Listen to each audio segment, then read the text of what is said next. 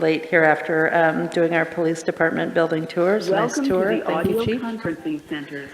Please enter a conference ID. We have some people followed by joining us pound. remotely.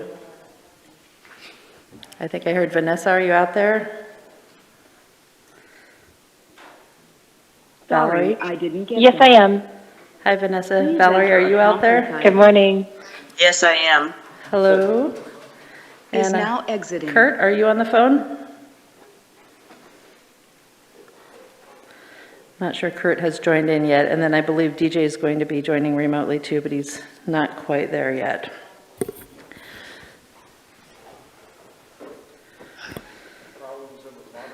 Yeah. Anyway, today we just have the water treatment plant building on the agenda, so I think Jason, you are up.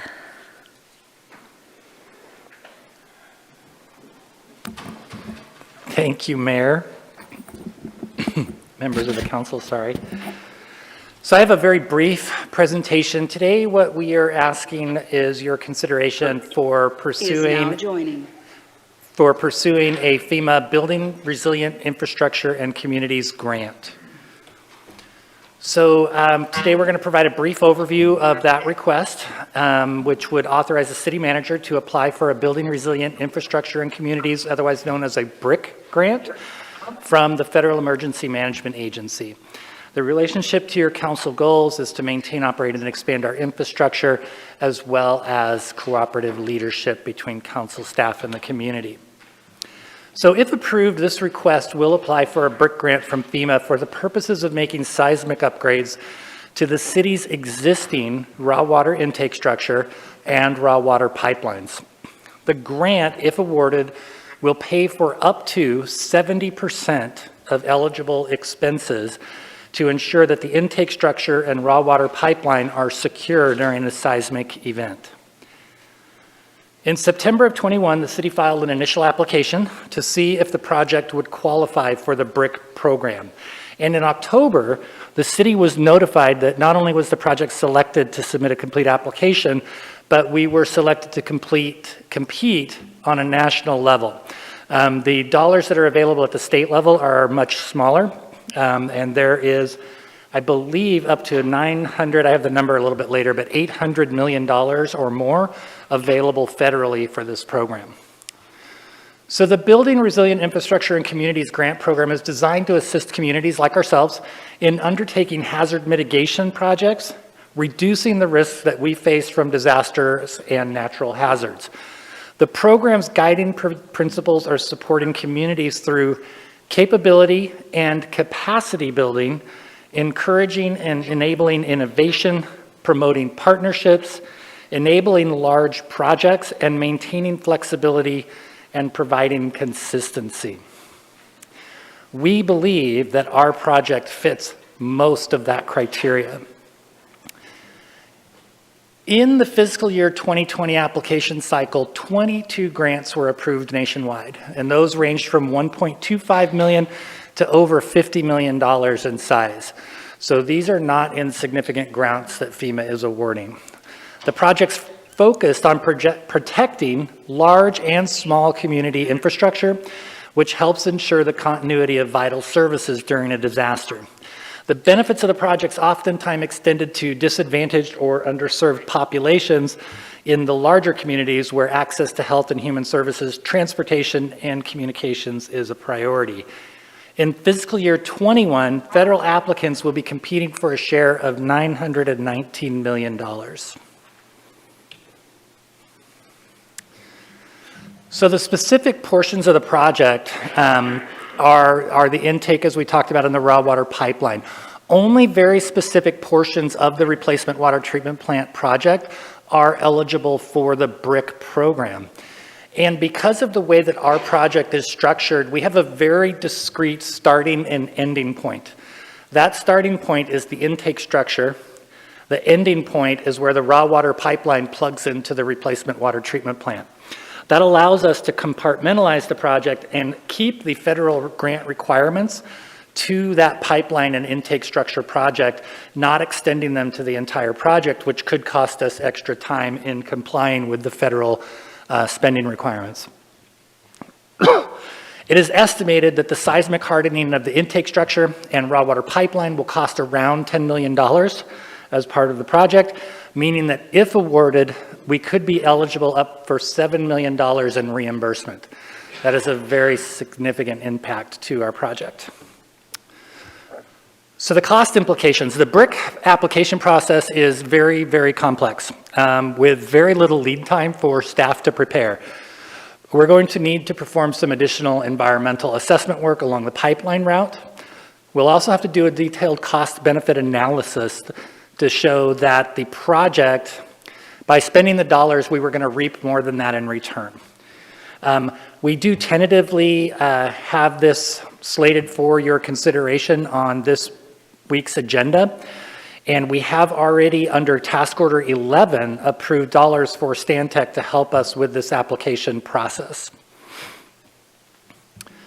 So again, we do, that date is wrong, I'm sorry for that, have this tentatively scheduled for Wednesday night. It is on your consent agenda, but can be reconsidered at your discretion. The grant has to be submitted by September 20th for FEMA review and comment. The actual deadline for the grant award is January 16th or 17th, I believe. But FEMA had moved that date up roughly 30 days so that they had time to review the application packets for completeness prior to considering them for award. So the alternatives are there before you, and with that, I would love to answer any questions that you have. Thanks, Jason. Council, do you have any questions? Rob? Yeah, thanks, Jason. Yeah. So is this work optional or is it mandatory? It is mandatory. We will be doing this work whether we get this grant or not. Any other questions? Brian? Yeah, thank you, Jason. You mentioned on slide 5 that last year 22 grants were awarded. Yep. Do we happen to know how many applied? I do not. Okay. That's a great question, but I do not.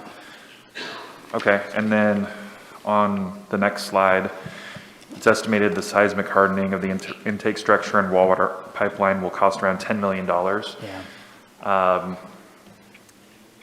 Do you have any further breakdown as far as how much it'll take for the pipeline, as far as how much it'll take for the intake structure?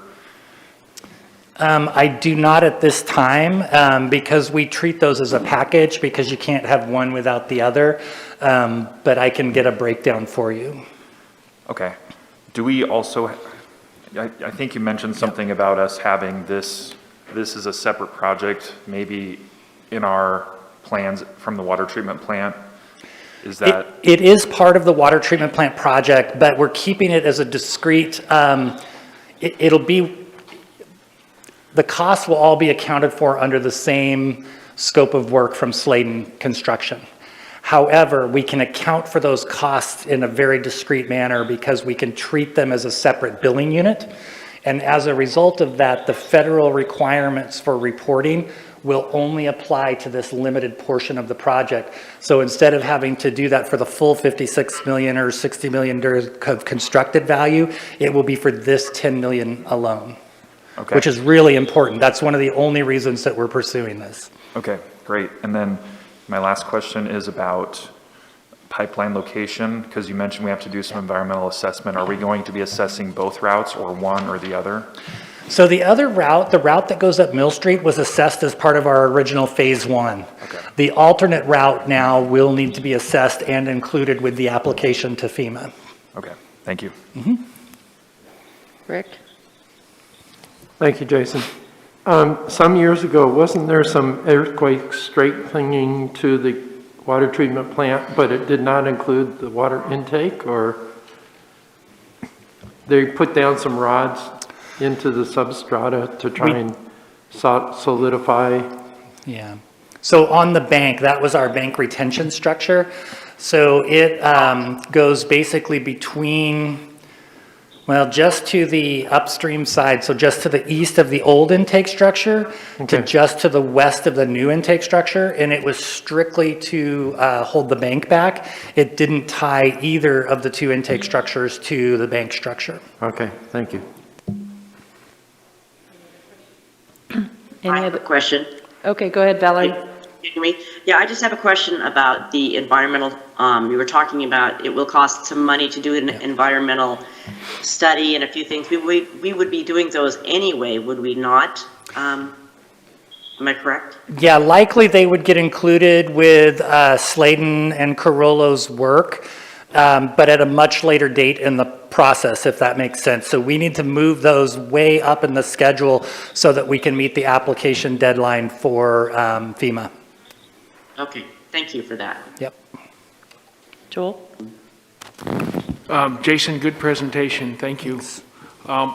You know, when you're talking about minimizing risk from natural events, you can never get 100% protection. And the sediments that this pipe is going through are really, can liquefy during a really big earthquake. So Yeah. I was wondering, just curiosity, and I'm sure they got their act together, but just out of curiosity to satisfy my knowledge, what probability in terms of the risk would this abate? Would it, and at what point would it be not useful? So just like every good consultant, I am not going to give you a number. What I can tell you is that all of our geotech work has shown very little liquefiable soils in the area around the new water treatment plant and the existing treatment plant. What we have primarily are cemented gravels from old riverbed. And so those are actually pretty stable. The key is that the pipeline will be constructed with flexible joints, which will allow it to move and flex within the earthquake. And then the existing intake structure, what we have to do is protect it from that soil failure, which would push the soil and the intake into the river during a big seismic event. And that's what they're working on. So then the risk would be if you had a large enough earthquake to move it past the flexibility of the pipe. Correct. Okay. Counselors on the phone, do you have any questions? Since we're moving the test steps, is it going to cost us a significant amount more to move it up in the schedule? I don't believe so. We do need to get some preliminary design work done, but that was going to be done by Sladen anyway. We're just having them accelerate it in the schedule. They were going to do that right behind technology selection. We're now moving the pipeline routing ahead of technology selection, just so that we can meet the deadline, but they don't anticipate that it'll cost any extra. Thank you. Thank you. Anybody else have questions? I do not, thank you. Thank you. All right. I think we've heard from everybody who's on the phone. Do any of you have any questions? No? All right. Thank you, Jason. Thank you. Is everybody comfortable with this staying on the agenda for Wednesday?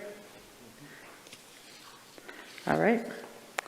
That was short and sweet. Yes. Okay, on to agenda review then. We are meeting this Wednesday, and we have a public hearing to consider an ordinance that would be a zone map amendment on Leonard Road, 3322 Leonard Road. Council action items are to designate a California black oak at 1238 Southwest 5th Street as a heritage tree. DJ Phaser Is now joining. Hey DJ, we're just going through agenda review. So Caveman Pool, a resolution to designate just a location for Caveman Pool. That was to affirm the task force recommendation of keeping Caveman Pool at the same location. A resolution that would award grant funds to an urban campground project. That one, I think, Aaron, are we just still a holding pattern on that one? Yeah, so we got two aspects of it. The first is the resolution for the grant award. The second is a resolution approving, where's the second one?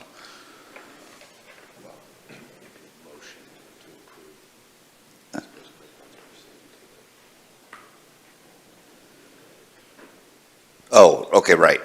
so you've got two, you've got the Urban Campground Grant Award, then you've got the, well, no, where's the intergovernmental agreement with All Care Foundation?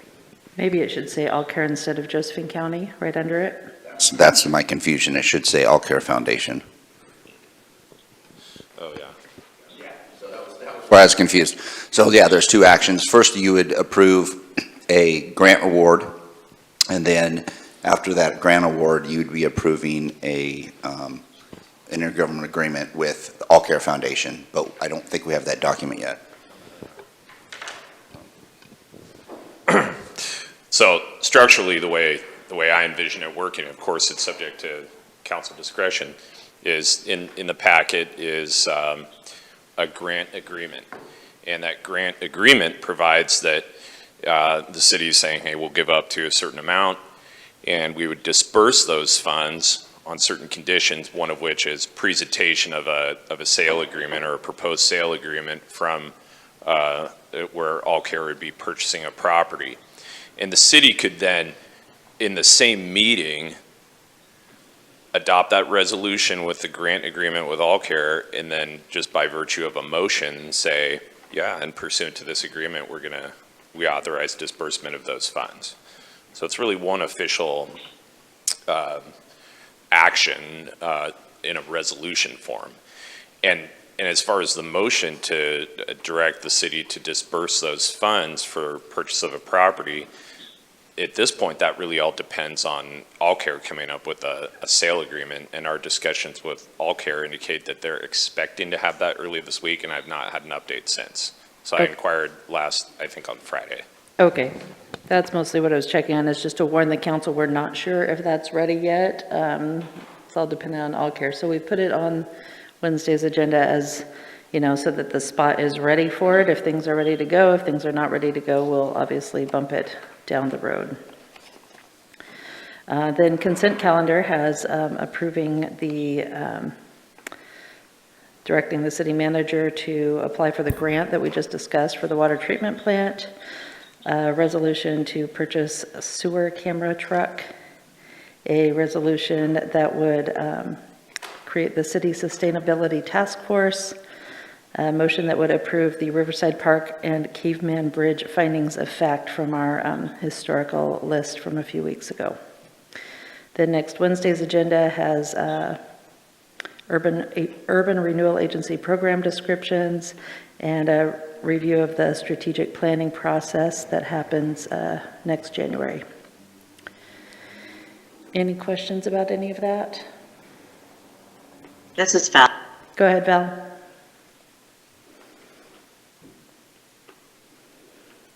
Did you have a question, Valerie? Sorry, yes, I do. My question is on the Caveman Pool. Has there been any action, Aaron, in terms of moving forward to annex the location of Caveman Pool into the Urban Renewal Agency? No, that would be a discussion item that we would need direction from the council on, and we could start moving that way. But as a policy board, you haven't provided that direction yet to us.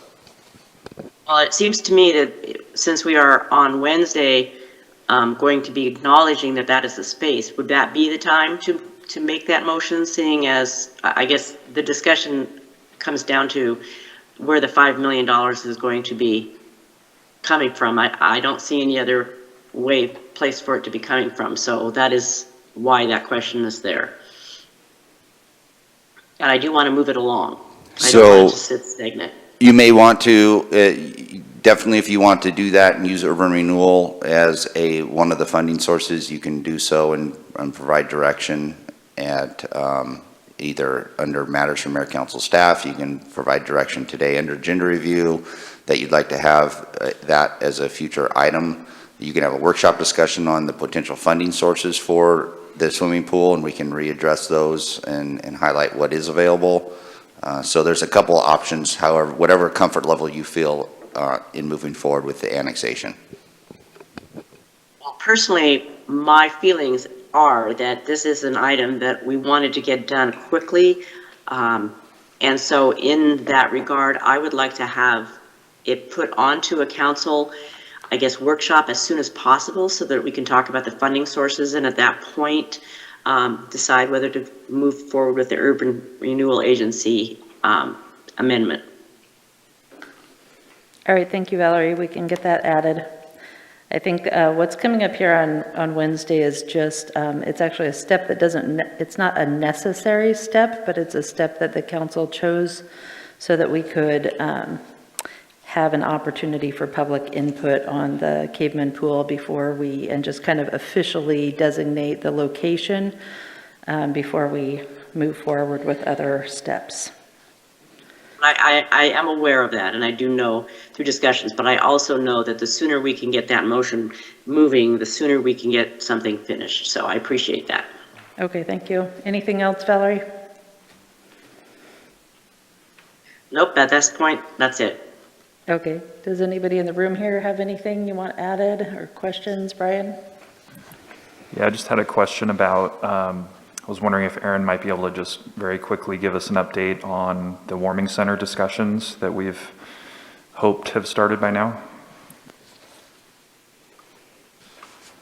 So yeah, that was something that we're actively pursuing getting a meeting on. We've got 3 potential dates. Karen was the one that was on the lead on that. She's out today, and she was out part of Friday also. So I haven't had a chance to check on that. I did ask staff to continue to make sure, even in her absence, that we're continuing that facilitation, but I don't have a meeting date yet confirmed of the 3 that were their option. Okay, great, thank you. And just so you know, I'm going to be asking about this every Monday, so just a heads up. Joel, just to let you know, we discussed at the agenda setting last week fire prevention and just general fire concerns. And one thing that we're looking at doing is getting a neighborhood meeting scheduled with the folks in the Dollar Mountain area to just have a listening session and learn more about what their concerns are and what's happening up in that neighborhood. Well, you know, that's good, but the other thing that needs to be done is we have some jurisdictional issues up there in terms of firefighting. We have some mutual aid agreements on fire suppression. We don't have those on fire prevention. Usually it's the landowner that does the fire prevention, which in this case is the city. We need to confirm that, and then we need to have some policy associated with fire prevention policies, including smoke, and they're already existing out there. We just need to adopt them. They're already existing for fireworks as well, that address smoking, campfires, a host of other activities that are in line with the State Department of Forestry's fire prevention techniques that the landowner then can post, and I believe it has to be at their own expense. That needs to be posted so that prevention is a lot cheaper than suppression, whether you're talking about homelessness or whether you're talking about fire or whatever. That policy needs to be implemented, and it's not a big change, but it needs to be done because the consequences can be huge. Thank you. All right, anything else from anybody going forward on the agenda? How about those of you on the phone? Fine, this is Valerie. All right. I also have nothing at this time. Thank you. Okay, thank you. All right, just one more little order business before executive session. The Courier Reporter has asked to stay for the executive session labor discussion, so I need approval from the council. Is everybody okay with that? All right. This is Valerie, I'm fine. Thank you. All right. In that case, how about a motion to adjourn into executive session? I move that we adjourn into executive session. Thank you. Rick with the second, thank you. All in favor of adjourning into executive session? Aye. Aye. Any opposed? All right, the council will now meet in executive session for the purpose of discussing those subjects previously noticed for this executive session, which are labor negotiations and property. This executive session is held pursuant to ORS 192.660, and more specifically under the subsections of that statute which have been publicly noticed for this meeting. Representatives of the news media and designated staff shall be allowed to attend the executive session. All other members of the audience are asked to leave the room. Representatives of the news media are specifically asked not to report on any of the deliberations during the executive session, except to state the general subject of the session as previously announced. No decision will be made in executive session, and at the end of the executive session today, we are not expected to return to open session. We will meet again at 6 p.m. on Wednesday. That said, let's take a short break and reconvene at 12:20.